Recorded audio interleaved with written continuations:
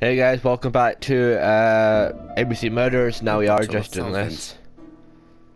So, I guess that goes on top of that. Something else we need to do. Is now soaked with solvent.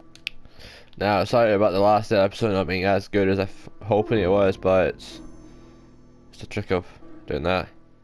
What's that gonna do? Like, seriously? Got it! Make a note, Hastings, make a note. Mrs. Alisasha, shop owner in Andover. Tracheitis, hemoptysis, prescribed laudanum. I got it. Look. What does that where mean? on earth did you find these files? On a fire at the bottom of the garden at campsite. All right, but where did the person who burned them find them? That is the question, isn't it? Right, now, next objective is... naturally.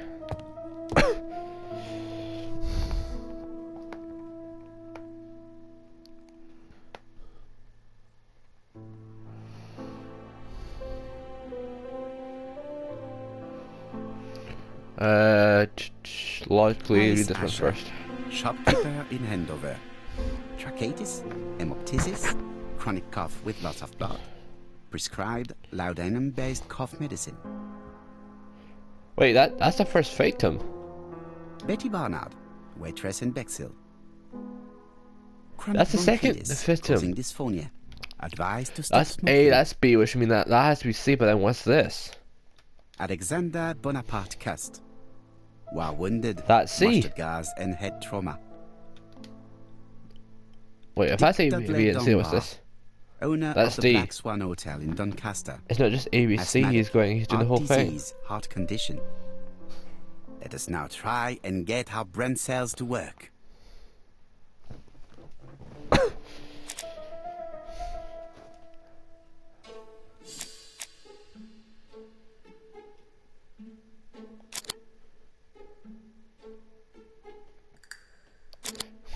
Probably this is a sort.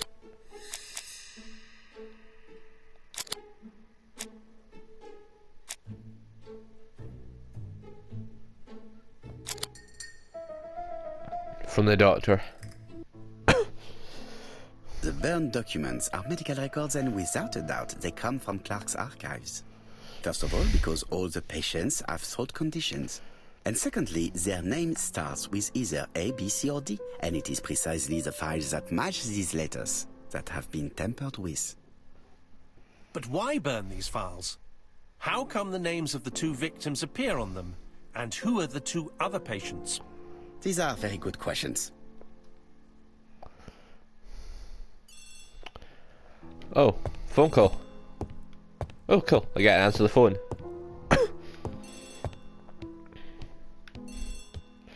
Before it says anything that's young, yes, this is the old phone. Hello, Poirot? Any news, Chief Inspector? You wanted a stocking seller? We have one. Reported by his landlady, who thought he was behaving suspiciously. He has the most unbelievable name.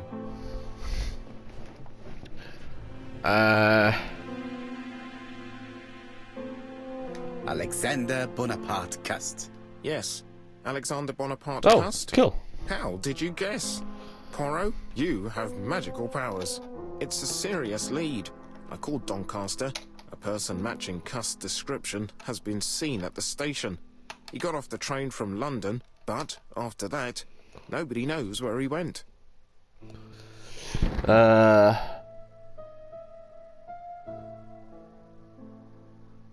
Look for him at the Black Swan Hotel. What? How do you know he's there? Trust me, Chief Inspector. You appear to be very sure of yourself. Very well. I'll call the Black Swan straight away. The owner is going to get a shock when he learns that there's a murderer under his roof. Yes, he is.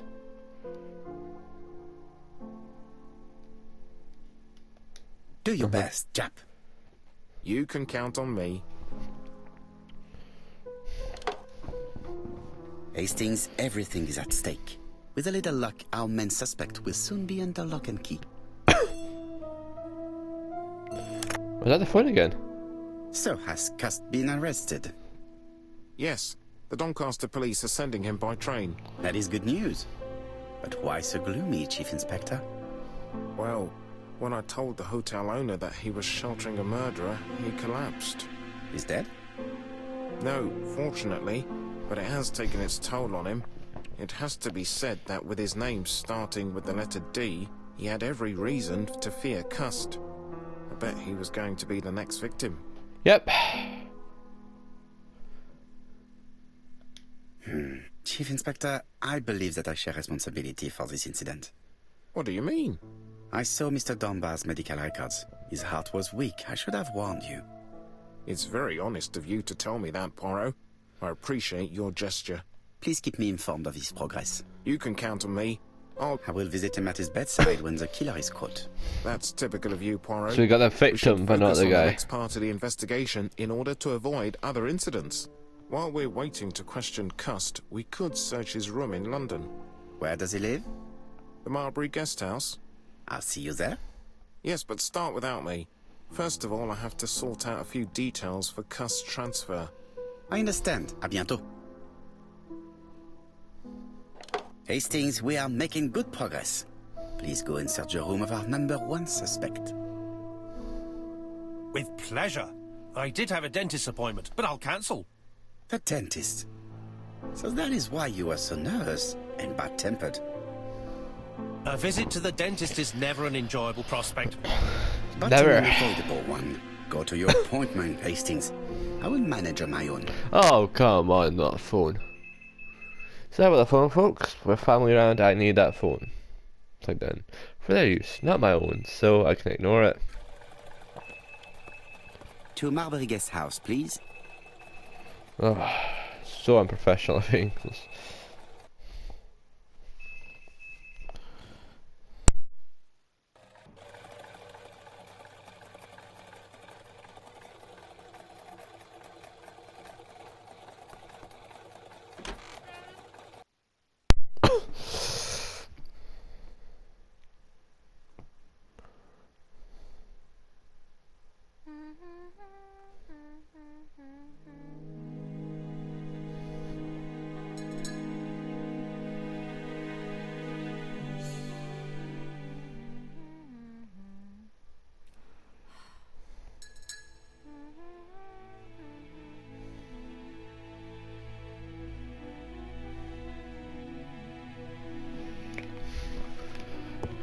Let us talk to Owen. How do you do? You must be Mr. Hercule Poirot. Chief Inspector Jupp told me that you might be coming. Of course.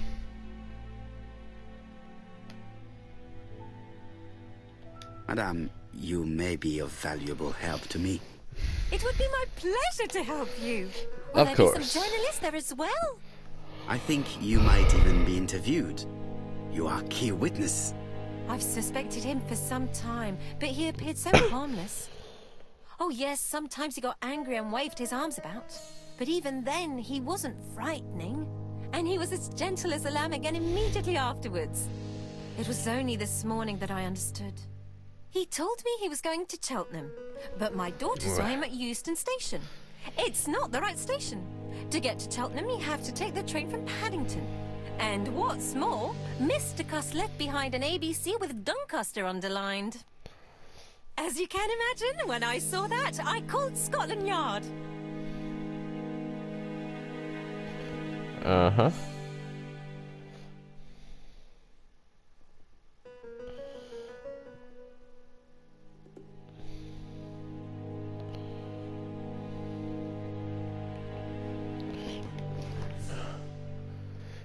Well done. You were right. He did go to Doncaster. So I was right to warn the police. Tell me, did you have any other reason to suspect Mr. Cust? Well, he's odd. Sometimes he coughs really loudly and complains that his throat is burning, and sometimes he talks to himself and stares into space. He told me that it was because of a wound he got in the wall. His head hasn't been quite right since, he said. And then he was in Churston when that millionaire got murdered. I found his train ticket when I washed his coat. He didn't want me to wash his shirt. He washed it himself. But I did see big brown stains on it. Big round stains.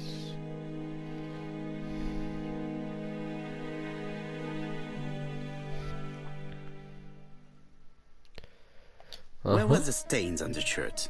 On the collar and on the buttonholes. Got used to travel for his work. Is that correct?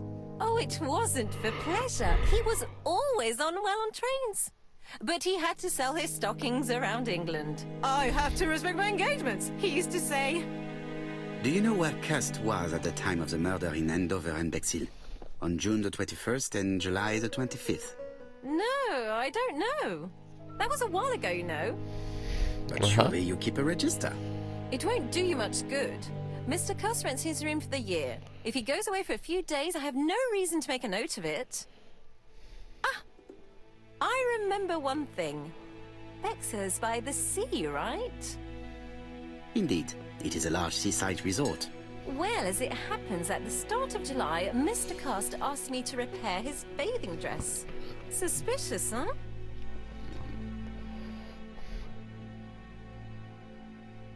Very interesting. Please continue. I also forgot to say that he started buying newspapers that talked about the case. They was interested.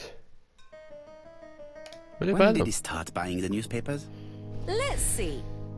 I think it was just after the millionaire's murder in Chertston. He didn't seem all that interested before that. That will be all for now. I'm going to take a look at his room. Take the key on the counter.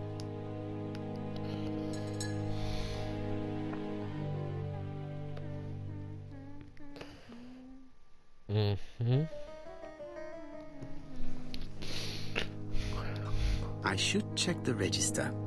Mrs. Marbury may have been hiding something from me. True.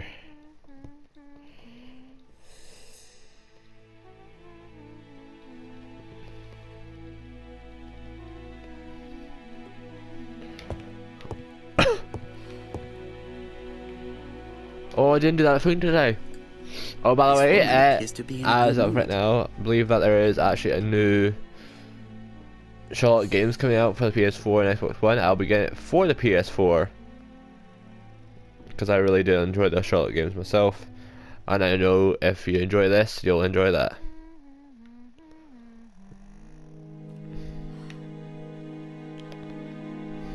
I really would like to help, but I think I've said all I have to say.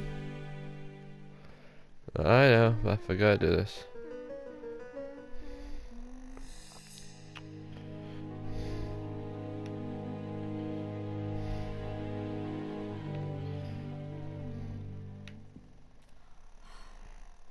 Mrs. Marbury is in a good mood. She's working very precisely in producing incredibly thin peel.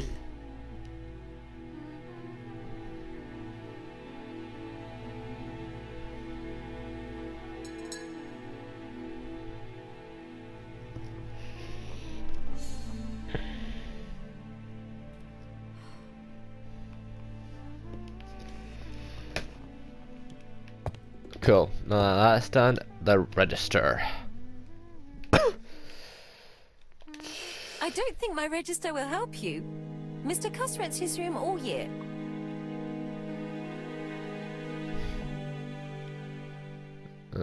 You never know, madame. The truth is becoming apparent, and I have something to say to Mrs. Marbury.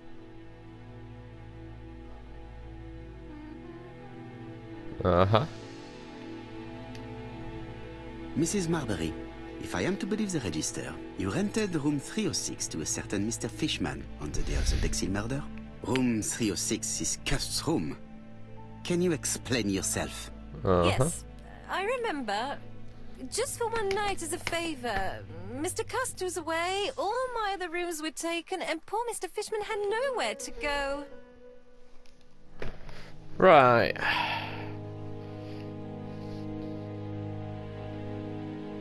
It doesn't matter, provided that you remembered to change the sheets.